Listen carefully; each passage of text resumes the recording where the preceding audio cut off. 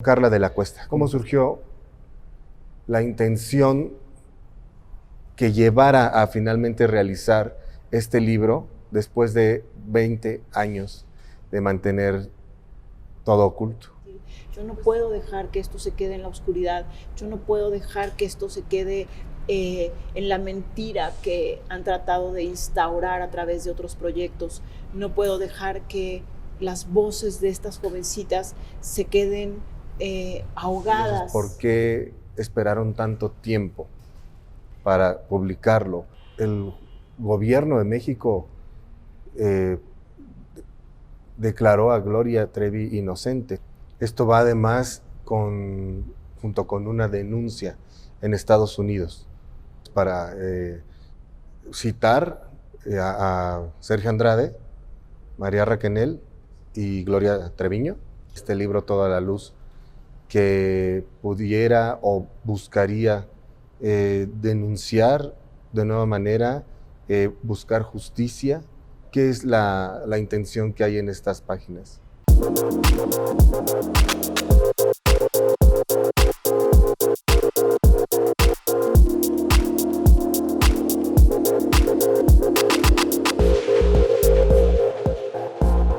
Hola, les doy la bienvenida a Interview.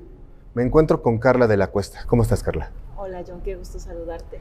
Gusto para mí y que nos reúna además este testimonio que reúne además a 11 personas más que están alzando la voz a través de este libro Todo a la Luz.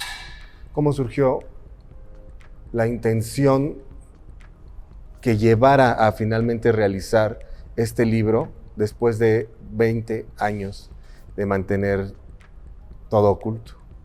Pues la verdad que fue un proceso complicado, pero muy interesante, porque tuve acceso al expediente de Chihuahua, donde ustedes saben que se llevó a cabo este juicio tan polémico y que ha dejado tanta desesperanza y pues tanta, pues diría impunidad, porque más allá de toda duda razonable hubo muchísimas omisiones por parte del Estado mexicano, pero lo que realmente me dolió profundamente es encontrar en ese expediente los testimonios de mis compañeras de dolor, de mis hermanas de vida, que por supuesto sabía lo que habían vivido, pero había muchísimos detalles que, pues que por supuesto no lo podía saber ni ver todo, y que me dieron la claridad que yo necesitaba, la fuerza que yo necesitaba para decir, yo no puedo dejar que esto se quede en la oscuridad, yo no puedo dejar que esto se quede en la mentira que han tratado de instaurar a través de otros proyectos.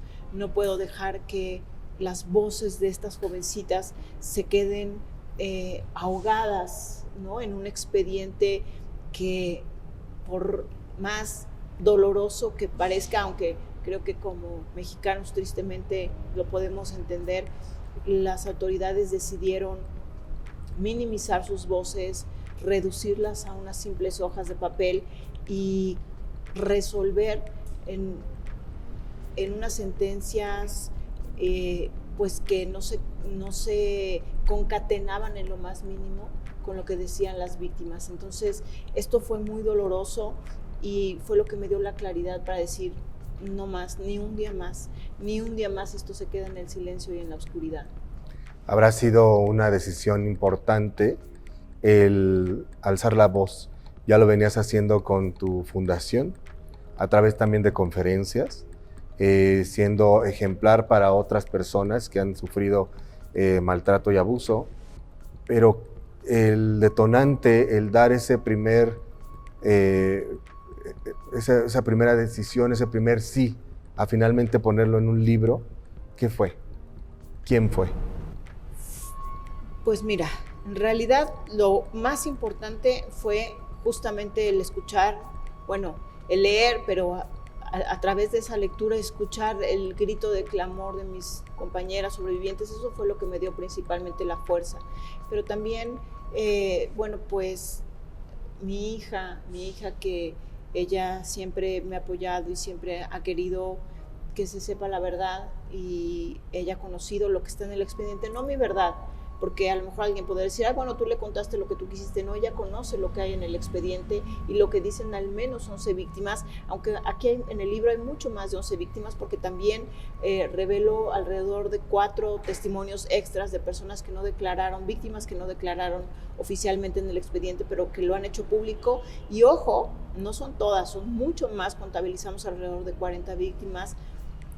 Y también, bueno, el poder hoy contar con un grupo muy grande de apoyo de abogados, de sobrevivientes, de activistas, de organizaciones contra la trata de personas, de gente que pues me respalda, porque de alguna manera sí es muy duro, sí es un acto que si yo no tuviera todo ese apoyo no podría hacer, porque sé que me enfrento a gente con mucho poder económico, con mucho poder mediático, con mucho poder político, y que además pues hará todo lo posible por silenciarme, por debilitarme, por lastimarme, por difamarme, por humillarme una y otra vez, y que la verdad no salga a la luz, ¿no?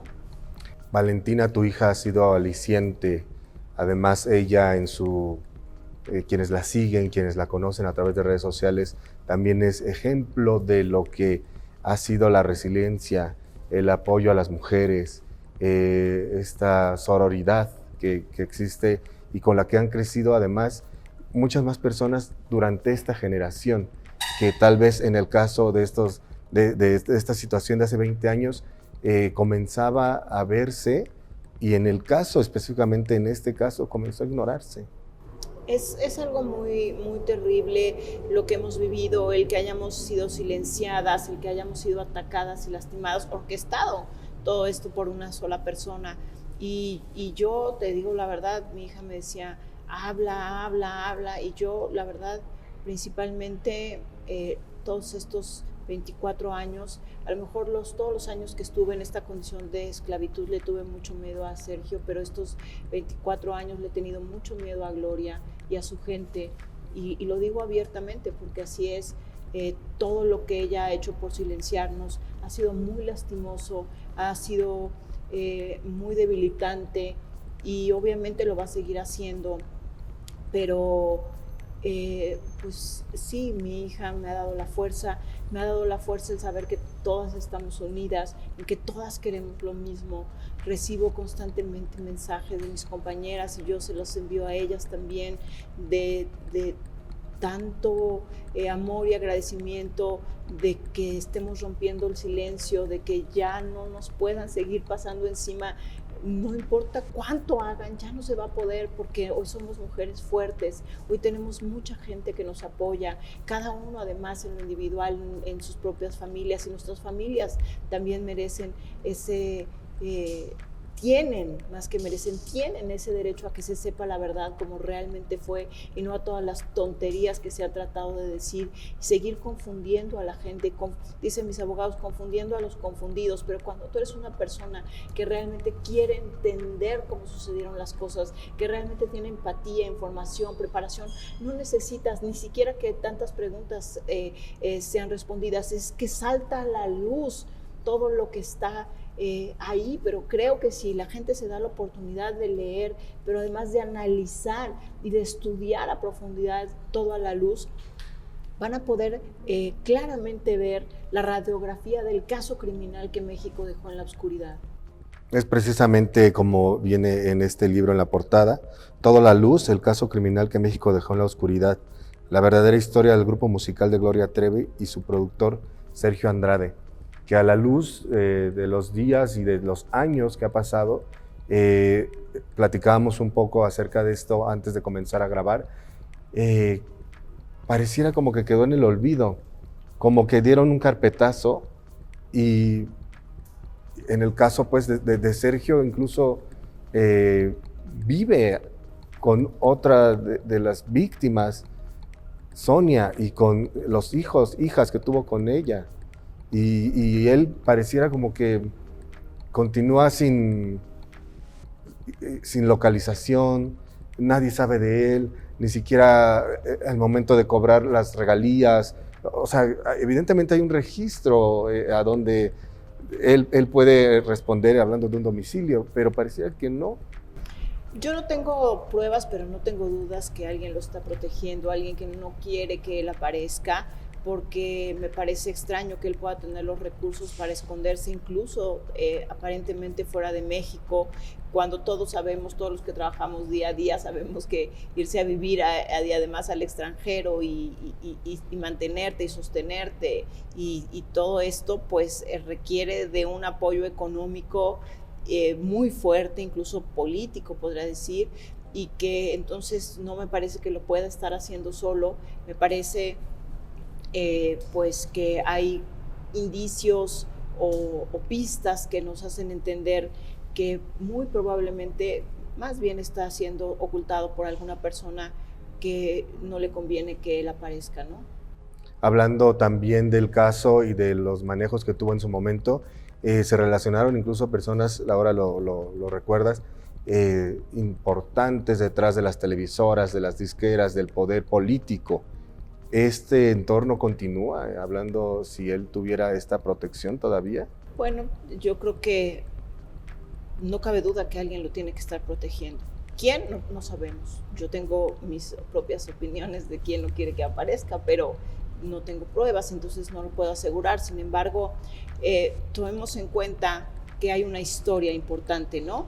Que también lo relato en toda la luz, como desde hace más de 30 años, podría decir 35, 38 años, ya se sabía claramente quién era él, ¿no?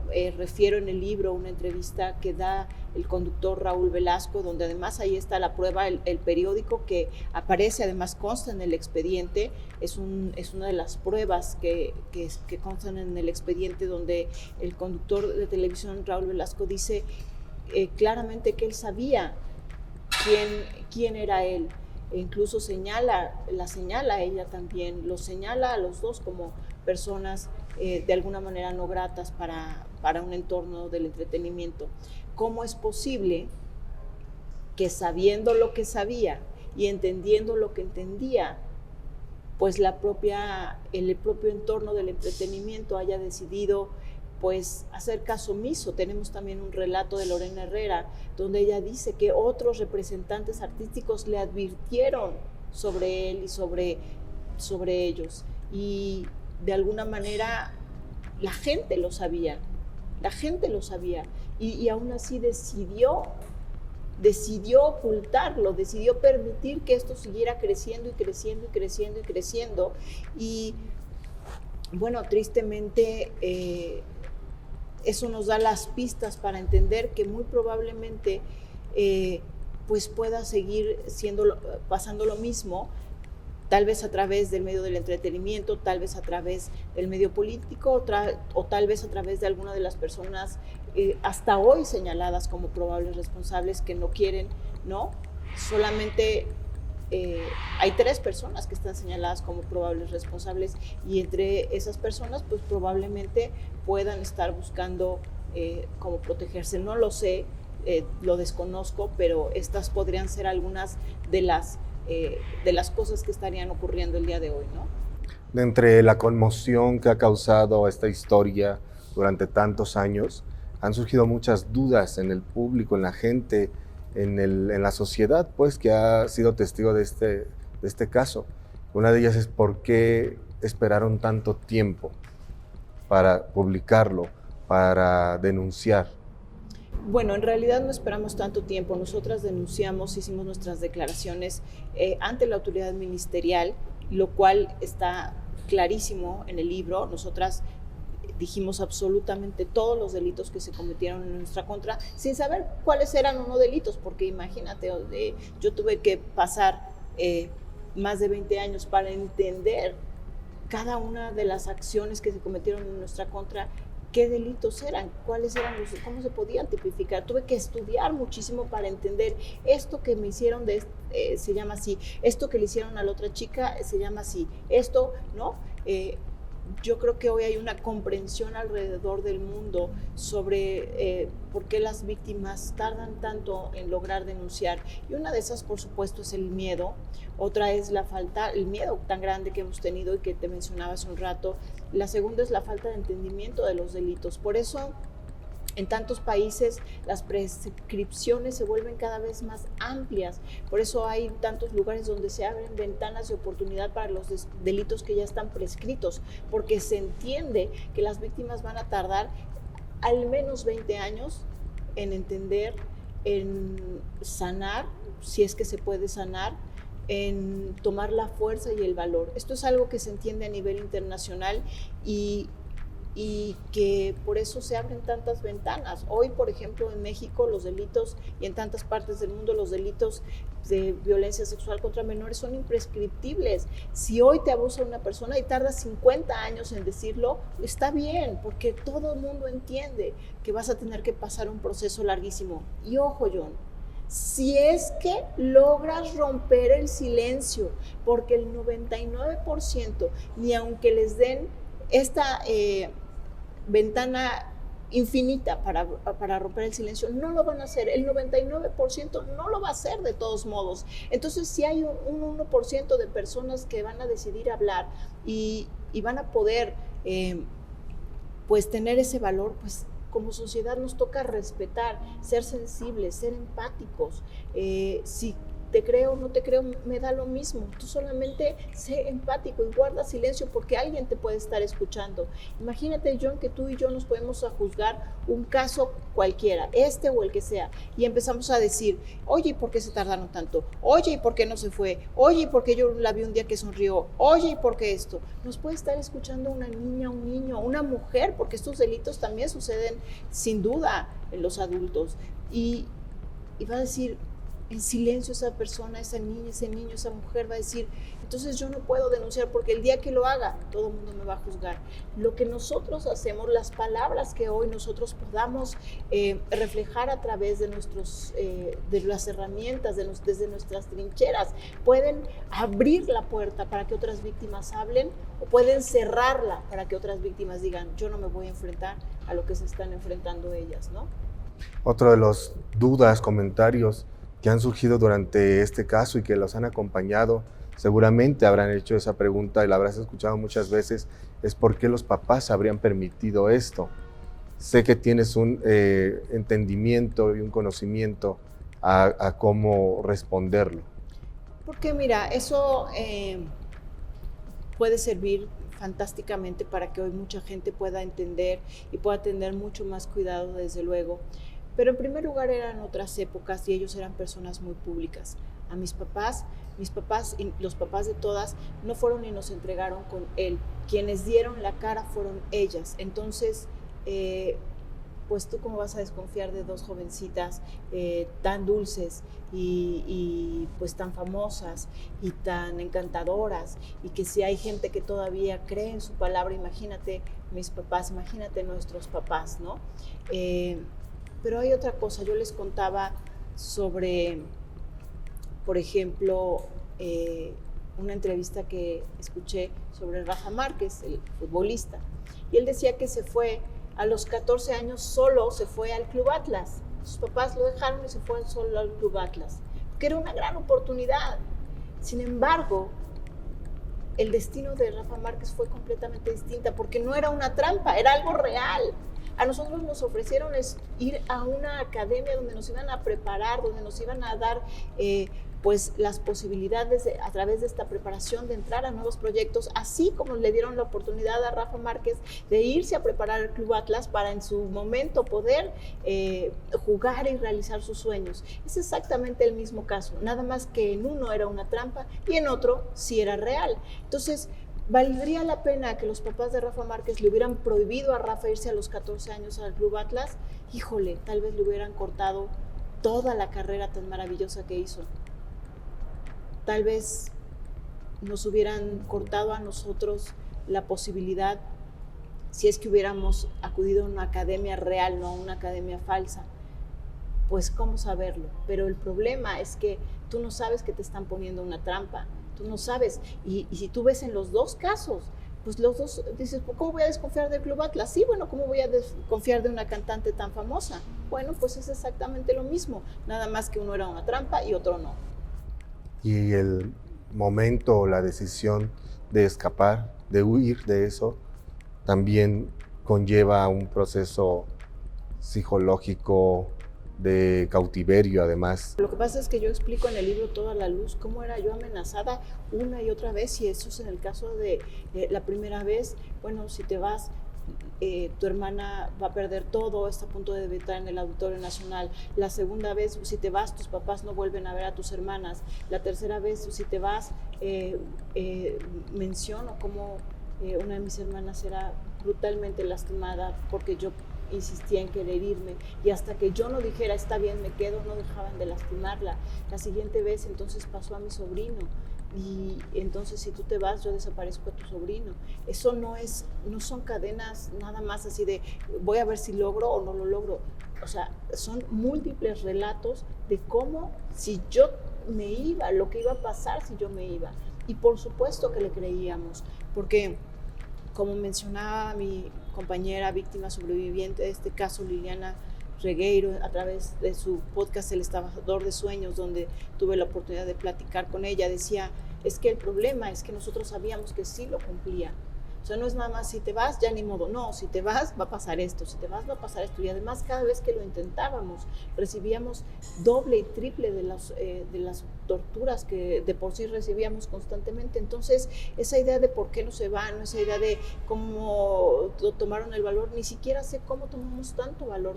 Tú sabes lo que significa que te den golpes con un cable en tu piel, sí, o sea, a través de tu piel, sin que haya ni siquiera una ropa de por medio, sino en tu piel. ¿Sabes lo que te den 50, 100 golpes con un cable? El día que alguien lo haya vivido, entonces esa persona podrá pues opinar siquiera cuáles eran nuestras posibilidades. Pero vivir ese dolor tan grande tantas veces, tan constantemente, pues iba mermando también nuestra capacidad de afrontar, y aún así afrontábamos y lo confrontábamos a él una y otra vez, y era imposible. Él nunca iba a permitirnos ir de ninguna manera, ¿no? Es parte del camino que está abriendo este libro Toda la Luz, que pudiera o buscaría denunciar de nueva manera, buscar justicia. ¿Qué es la intención que hay en estas páginas? La verdad es un derecho humano, es un derecho porque imagínate que tú estás en tu casa, tu abuelo abusa de ti, por ejemplo, tu abuela te dice cállate, no digas nada, y cuando tú un día tomas el valor de decirlo y a lo mejor de denunciar, todo el mundo, incluida la autoridad, dice no es cierto, no te pasó nada. Y entonces la próxima semana, el domingo, tienes que sentarte con tu abuelito y ver cómo todo el mundo le aplaude. Y a lo mejor el día que te casas hasta te acompaña y todo el mundo lo celebra. Imagínate el dolor de ese niño, de esa niña, de esa mujer, de esa persona, que dice encima de todo lo que viví nadie me creyó, y encima tengo que estar viendo cómo aplauden a estas personas porque nadie quiso creerme, porque nadie quiso ponerse en mi lugar, lo que yo sentí, lo que yo viví, lo que me costó hablar. Entonces es tu derecho que se reconozca lo que realmente pasó, y que se reconozca que tu abuelo te abusó y que tu abuela te dijo que te callaras y que te dijo que si hablabas te iba a ir mal, por ejemplo, ¿no? Es tu derecho que se sepa la verdad. Entonces tienes derecho a que no te obliguen a sentarte con ellos todos los domingos. Entonces explico esto porque quiero que se entienda por qué es un derecho. Es como si dijéramos, ¿sabes qué? Tú eres una sobreviviente del Holocausto. Yo creo que qué raro que no te hayas escapado, fíjate. Te pudiste haber escapado, yo no lo dudo, y no lo hiciste. ¿Por qué? ¿No? Entonces, ese tipo de tonterías es lo que internacionalmente hoy se entiende como que es tu derecho que se sepa la verdad. Entonces, ese derecho nos lo negaron. La verdad y la justicia. Ya el Estado mexicano no nos puede reparar toda esta oscuridad, toda esta injusticia, ya no nos lo puede reparar. Pero a través del libro y a través de nuestro procedimiento ante la Comisión Interamericana de Derechos Humanos, que para los abogados que tratan de desestimar y de inventar que es imposible, les recomiendo que observen y se preparen bien para que puedan debatir de una manera mucho más lógica, porque hay muchas cosas por las que por supuesto que estamos en perfecto tiempo de hacerlo.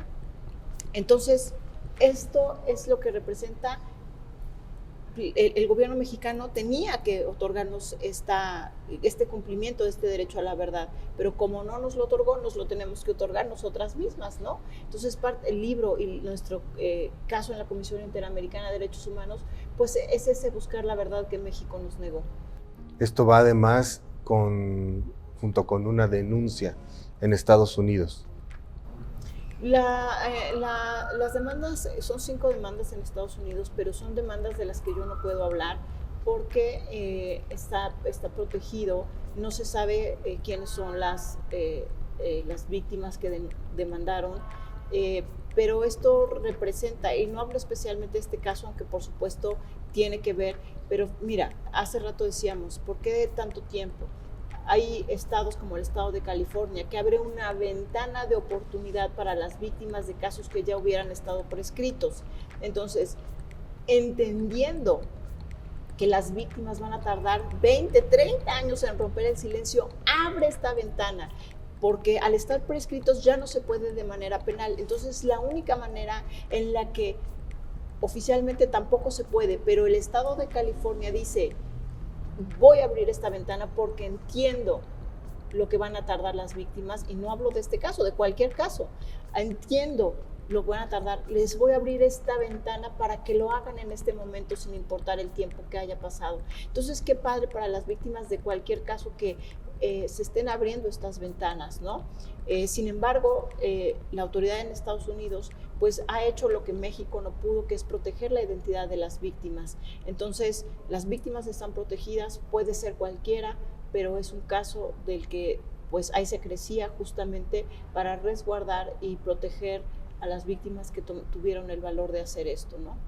¿Cuáles son los motivos o las causas pues por las que se demanda en Estados Unidos? Bueno, se abrió se abrió la ventana para víctimas que hubieran vivido abusos y agresiones sexuales, tanto mayores de edad como menores de edad. Entonces, todas las demandas tendrían que versar en este sentido. Y va por ahí entonces para citar a Sergio Andrade, María Raquenel y Gloria Treviño. Bueno, esto es la información que se sabe públicamente y que bueno, está ahí en los medios, ¿no? No es algo que se puede pues ocultar, está en los medios, se sabe y ahí está, ¿no? Carla, ¿cuál crees que sea lo suficiente para hacer justicia? Bueno, para hacer justicia ya es imposible, porque la justicia tardía es injusticia, ¿no? Entonces, si tú 20, 30 años después tienes que estar viendo cómo resolver en distintas instancias algo que se tuvo que haber juzgado hace 25, 26 años, pues eso no es justicia, es imposible ya hacer reparar lo que ocurrió. Sin embargo, creo que lo que nosotras, más de 12 víctimas, buscamos es hacer un cambio estructural en la conciencia, en la empatía, en la sensibilidad de la sociedad, de los medios de comunicación y sobre todo de nuestras autoridades, de nuestros poderes, porque si no se hace un cambio estructural con la seriedad y la dignidad que merece este caso, pues entonces lo único que ocurre es que estamos dando vueltas en círculo y lo que no se repara se repite. No le das la seriedad a un caso, no se lo vas a dar a ninguno. Tienes que reparar lo que dejaste totalmente torcido para que entonces podamos dejar y sembrar algo diferente para esta y las siguientes generaciones, ¿no? ¿Y habría una sentencia digna, suficientemente pesada? Nosotros queremos que el Estado mexicano reconozca, sin lugar a dudas, las omisiones que cometió en este caso en Chihuahua, en el entonces Distrito Federal.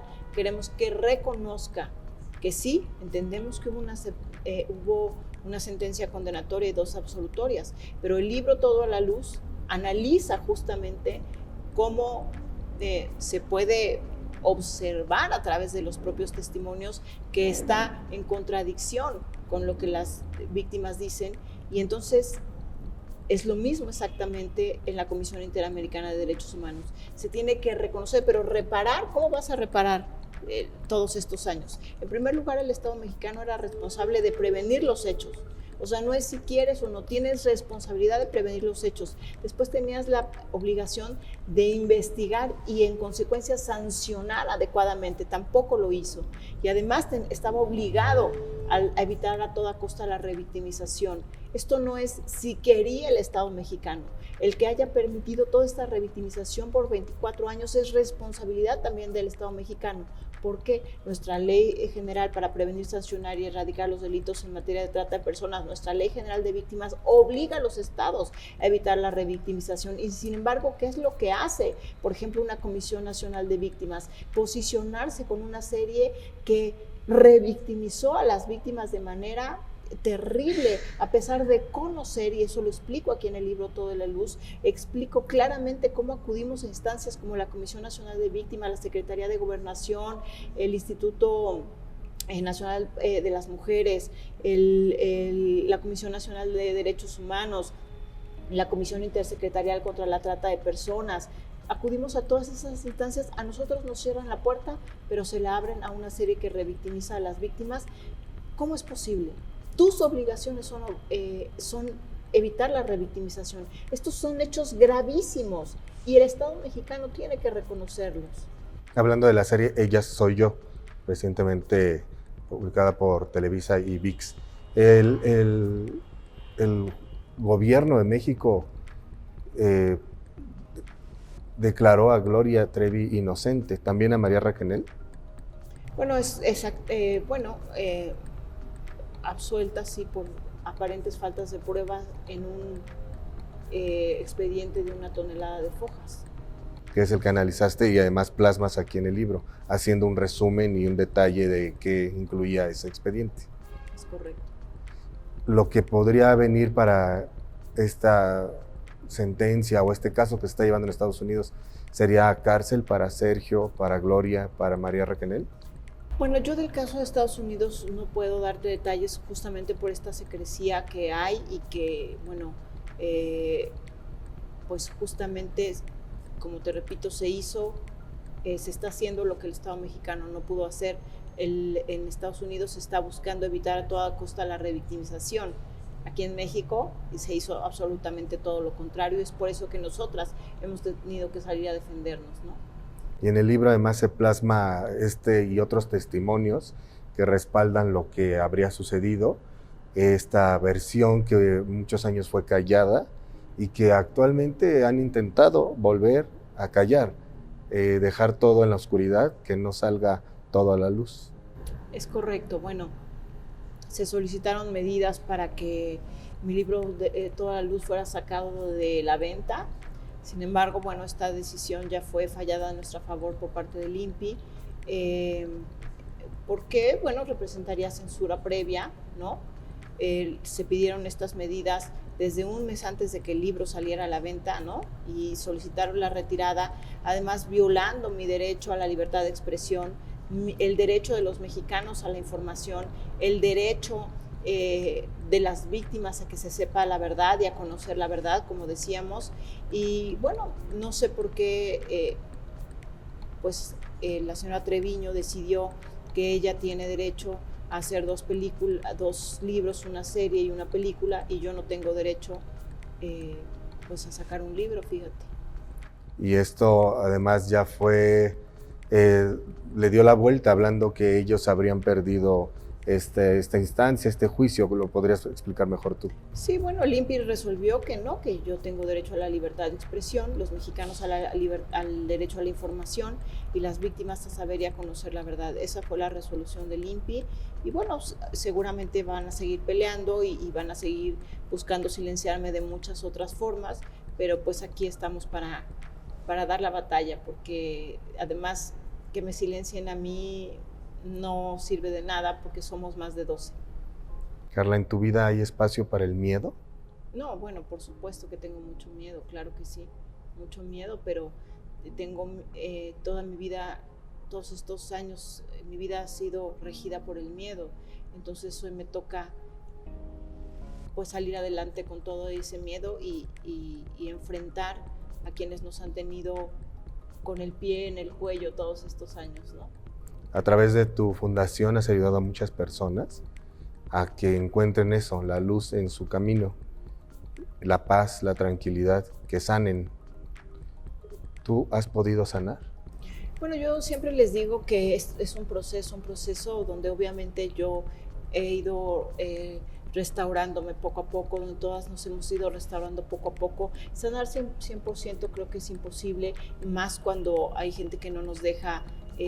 Si la verdad se hubiera reconocido hace 26 años, que fue la primera denuncia, pues nosotros nos llevaríamos todos estos años viviendo como en un bucle del que no podemos salir, no podemos iniciar nuestro duelo, no podemos tratar de rehacer nuestra vida libremente porque salen y salen versiones falsas, salen y salen acusaciones, difamaciones, humillaciones, principalmente por parte de una persona.